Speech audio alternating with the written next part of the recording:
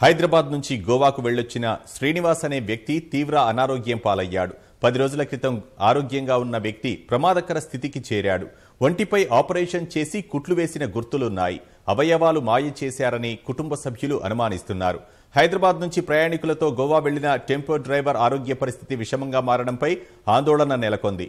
మత్తుమందు ఇచ్చి డ్రైవర్ శ్రీనివాస్ అవయవాలు తీసుకున్నట్లు కుటుంబ సభ్యులు అనుమానిస్తున్నారు. గత నెల 19న 10 మందితో శ్రీనివాస్ గోవా వెళ్లాడు. గత నెల 20న గోవాలో డ్రైవర్ అదృశ్యమవడంతో ప్రయాణికులు కుటుంబ సభ్యులకు సమాచారం ఇచ్చారు. దీంతో గోవా వెళ్లిన శ్రీనివాస్ కోసం గాలించిన పోలీసులు ఫలితం లేకపోవడంతో అక్కడి అంజునా ఠాణాలో ఫిర్యాదు చేశారు. ఈ క్రమంలోనే శ్రీనివాస్ ఇంటికి తిరిగి వచ్చాడు. అయితే ఆయన తల, కడుపు భాగంలో కుట్లు ఉండడంతో ఆందోళన చెందుతున్నారు.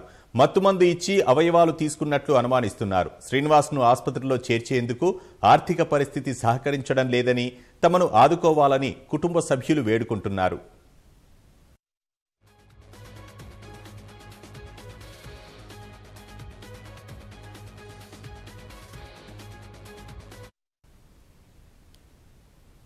ఇదే అంశానికి సంబంధించి మరింత సమాచారం మా ప్రతినిధి నాగార్జున ప్రత్యక్ష ప్రసారం ద్వారా అందిస్తారు. కోరబండకు చెందినటువంటి టెంపో డ్రైవర్ శ్రీనివాస్ కొద్ది రోజుల క్రితం ట్రావెలర్స్ తీసుకొని గోవా వెళ్ళాడు. అక్కడ అనూహ్యంగా అదృశ్యమై అపర్మార్గ స్థితిలో కనిపించాడు. తీవ్రమైనటువంటి గాయాలతో 2 రోజుల క్రితం ఇంటికి చేరాడు. అయితే అసలు ఏమైంది గోవాలో, అతను అక్కడి నుంచి ఎందుకు అదృశ్యమయ్యాడు అని తెలుసుకుందాం. అతని పరిస్థితి కొంత ఆందోళనకరంగా కనిపిస్తుంది. చెప్పండి, ఏం జరిగింది అసలు?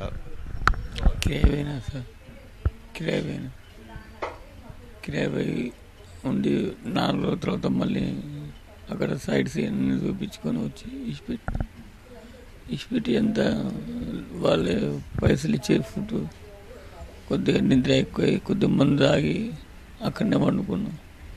తెల్లారి బాగా నొప్పి లేస్తుందని చెప్పేసి మళ్ళీ తాగి మళ్ళీ వండుకున్నాం. మళ్ళీ అందరూ చూసారు ఏమైంది, ఏం జరిగింది, హాస్పిటల్ చేయను. ఆయన 8 రోజులకు నన్ను ఇక్కడ కూర్చురు, ఇక్కడ కొట్టిరు.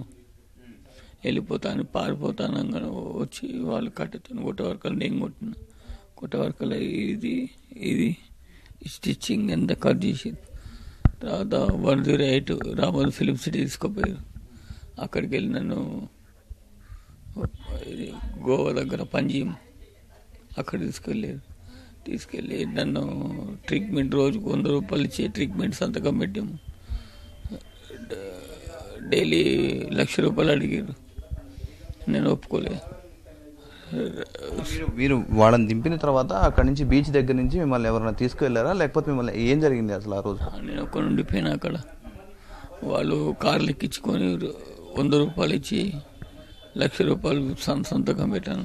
దేనికన్నా నువ్వు సంతకం పెట్టాలంటే పెట్టలే. నెక్స్ట్ డే కూడా అట్లనే అన్నారు, 1,50,000 ఇస్తాను. మళ్ళీ 3 రోజు వాళ్ళే పిలిచి 500 నోటు ఇచ్చి 3 లక్షలు ఇస్తా సంతకం పెట్టి. మీరు ఎట్లా అక్కడి నుంచి గోవా నుంచి ఆ పరిస్థితిలో మీరు ఎట్లా వచ్చారు?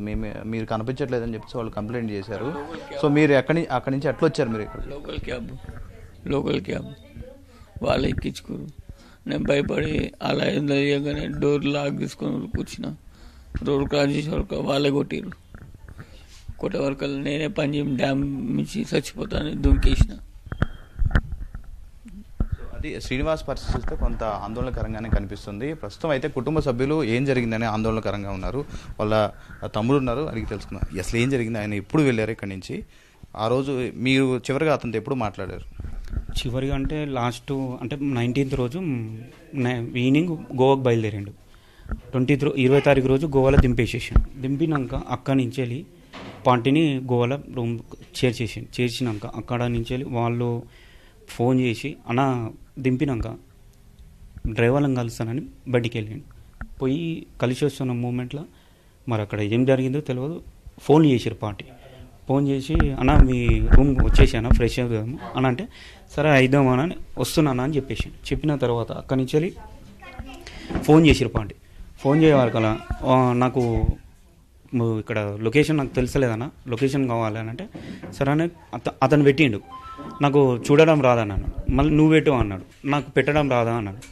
అక్కడి నుంచి అక్కడ ఏమైందో తెలియదు, ఫోన్ స్విచ్ ఆఫ్ అయిపోయింది. నాకు తెల్లారి ఈయన పంపించిన టెంపరరీ డ్రైవరు రఘు అంటే ఆయన ఫోన్ చేసి మీ అన్న మీ ఫోన్ స్విచ్ ఆఫ్ పెట్టిండు ఇట్లా సంగతి అని అంటే సరే ఎక్కడికి వెళ్ళాడు వస్తారు అనుకుని మేము అనుకున్నాం. ఫోన్ చేసి మళ్ళీ గంట తర్వాత ఓనర్ ఫోన్ చేసిండు. ఓనర్ ఫోన్ చేసి మీ అన్న మిస్సింగ్ అయ్యాడు ఇట్లా సంగతి, మరి ఏడు పోయింది ఏం సంగతి అన్నట్టు. సరే అన్న నేను ఫోన్ చేస్తాను ఫోన్ చేస్తే స్విచ్ ఆఫ్ అని వచ్చింది. ఇక తర్వాత తెల్లారి ఫోన్లు పాటోళ్ళు ఫోన్ చేసారు, ఇక మిస్సింగ్ అయ్యాడు. మేము ఫోన్ చేసినాం పాటోళ్ళకు, మిస్సింగ్ అయిపోయాడు అన్న. సరే కంప్లైంట్ ఇచ్చినాం, అంత అయిపోయింది. అక్కడ కంప్లైంట్ ఇచ్చినాక అంతా చేసినాక ఇక మేము గోవాకు బయలుదేరితే తిరిగినాము. 5 days తిరిగితే దొరకలేదు. అక్కడి నుంచి మేము రిటర్న్ అయిపోయినాం. రిటర్న్ కాగానే ఇక మాకు ఏం చేయాలో ఏం తోచాక ఇక సరే అంటే అతనికి గోవా వెళ్ళడం ఫస్ట్ టైమా, గతంలో వెళ్ళాడా, అక్కడ అంతా తెలుసా అతనికి? తెలుస్తుంది, ఆయన గోవా తెలుసు ఆల్రెడీ, ఫస్ట్ టైం ఏమి కాదు, ఆల్రెడీ వెళ్ళినోడే, అంతా అదేం లేదు. ఇక అక్కడ మిస్ అయినాక అక్కడి నుంచి వెళ్ళి మాకు ఫోన్ రాగానే మేము గోవాకి వెళ్ళి చేసినాక ఇక ఆడ పోయి ఎంక్వైరీ చేస్తే మాకు కనవాలేదు. అక్కడి నుంచి మేము వచ్చేసినాక మాకు నిన్న 4 o'clock ఫోన్ వచ్చింది, మీ బ్రదర్ వచ్చిండు అని రాగానే మేము వచ్చేసినాము. రాగానే ఈ దెబ్బలు చూసినాము, ఇవన్నీ చూసేవారు మాకు డౌట్ వచ్చేసి. ఆయన పరిస్థితి చూసి మీకు ఏమనిపిస్తుంది? ఆయన ఎప్పుడు ఇంటికి వచ్చాడు, ఆయన పరిస్థితి చూసి మీకు ఏమనిపిస్తుంది? పొట్ట దగ్గర కొంత కోసినట్టుగా, తల మీద ఏదో గాయాలైనట్టు కనిపిస్తుంది. ఆయన పరిస్థితి చూస్తే మీరేమీ భావిస్తున్నారు? మాకు ఆయన పరిస్థితి అంటే చూసినాం కదా సార్, ఇప్పుడు పరిస్థితి అయితే చూసినాం కదా. మాకు గవర్నమెంట్ తరఫు నుంచి ఏమన్నా మేము కోరుకునేది ఏంటంటే దయచేసి ఆయనకు ఆ పిల్లలు అక్కడ ఆయన ఆర్గాన్స్ ఏమైనా తీసుకున్నారా, అవయవాలు ఏమైనా తీసుకున్నారని మీకు ఏమైనా అనుమానిస్తున్నారా? లేకపోతే అనుమానం అంటే డౌట్ పడుతున్నాం సార్, అది తీసుకున్నట్టు డౌట్ పడుతున్నాము. అది ఏమైంది ఏం సంగతి మేము కూడా ఎంక్వైరీ చేసినా కూడా అది ఏం చెప్తలేరు అక్కడ.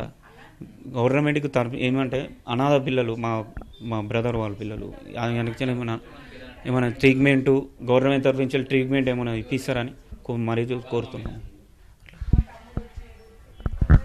రైట్, అది శ్రీనివాస్ పరిస్థితి కొంత ఆందోళనకరంగానే ఉంది. అసలు ఏమైంది, అవయవాలు ఎవరైనా తీసుకున్నారని కొంత ఆందోళన వ్యక్తం చేస్తున్నారు. దాంతోపాటుగా తమను ఆదుకోవాలని కోరుతున్నారు. ఇప్పుడు అతనికి ఆసుపత్రిలో చికిత్స అందించేందుకు కూడా తమ దగ్గర డబ్బులు లేవని చెప్తున్నారు. అయితే గతంలో పలుమార్లు గోవా అతను వెళ్ళాడు, అతనికి అక్కడ అనుభవం కూడా ఉందని చెప్పేసి కుటుంబ సభ్యులు చెప్తున్నారు. వాళ్ళ భార్య ఉన్నారు. మీతో ఎప్పుడు చివరిసారిగా మాట్లాడారు? సండే మార్నింగ్ మాట్లాడాడు, 3:30కి మాట్లాడాడు లాస్ట్, అంతే. సండే నుంచి 10:30 వరకు స్విచ్ ఆఫ్ అయిపోయింది ఫోను, లాస్ట్ అంతే. ఇంకా 2 times మాట్లాడాడు. అతని పరిస్థితి చూసినప్పుడు అంటే ఎప్పుడు వచ్చారు మీరు ఆయన ఇంటికి? ఆయనంతటా ఆనే వచ్చారు కదా, ఏమని చెప్పారు మీకు? అంటే సార్ నేను బయటికి వెళ్ళాను, పాప ఉంది, పాప చూసి ఏమన్నదంటే ఎవరు మీరు అని అడిగిందంట. అంత గుర్తుపట్టలేరు కదా, పాపను చూసి ఎవరు మీరు అని అంటే నేను శాంబు డాడీని అని అంటే పాప ఏడ్చేసి పక్క వాళ్ళకి చెప్పిందంట. పక్క వాళ్ళకి చెప్పి తమ్ముడికి ఫోన్ చేస్తే తమ్ముడు ఫోన్ చేసి బావ వాళ్ళకి చెప్తే వాళ్ళు వెంటనే వచ్చేసారు. నేను ఈవినింగ్ వచ్చాను. మీరు ఏమని డౌట్ పడుతున్నారా ఆయన పరిస్థితి చూసినప్పుడు? మీకు ఏమైనా తల మీద గాయం ఉంది తర్వాత ఇక్కడ ఏంటంటే పాపము ఇప్పుడు తన చేస్తేనే మేము బతికేది, తనకి ఇలా అయ్యింది. మాకు ఏం అర్థమవుతలేదు. పాపు బాబా చిన్నోళ్ళు, ఆయనకి ఏం తీసుకున్నారో ఏంటో ఏం జరిగిందో తెలియదు. అసలు ఉన్నాడా లేదా అని అనుకున్నాం 20 రోజుల నుంచి, కానీ నిన్న వచ్చిండు, అది సంతోషం. కానీ ఇలా చూసి షాక్లో ఉన్నాం మేమంతే. రైట్, అది కుటుంబ సభ్యులు చెప్తున్న విషయం. అయితే అతను తీవ్రమైనటువంటి అనారోగ్యంతో వచ్చారు. అతను పొట్ట మీద గాయాలు చూస్తే అవయవాలు ఎవరైనా తీసుకున్నారా, గోవాలో అసలు ఏం జరిగింది కొంచెం దర్యాప్తు చేసి దాంతోపాటుగా వైద్య ఖర్చులు ప్రభుత్వం నుంచి సాయం అందించాలని చెప్పేసి కుటుంబ సభ్యులు కోరుతున్నారు. కానీ మనకి కేవీరావుతో నాగార్జున, ఈటీవీ న్యూస్, హైదరాబాద్.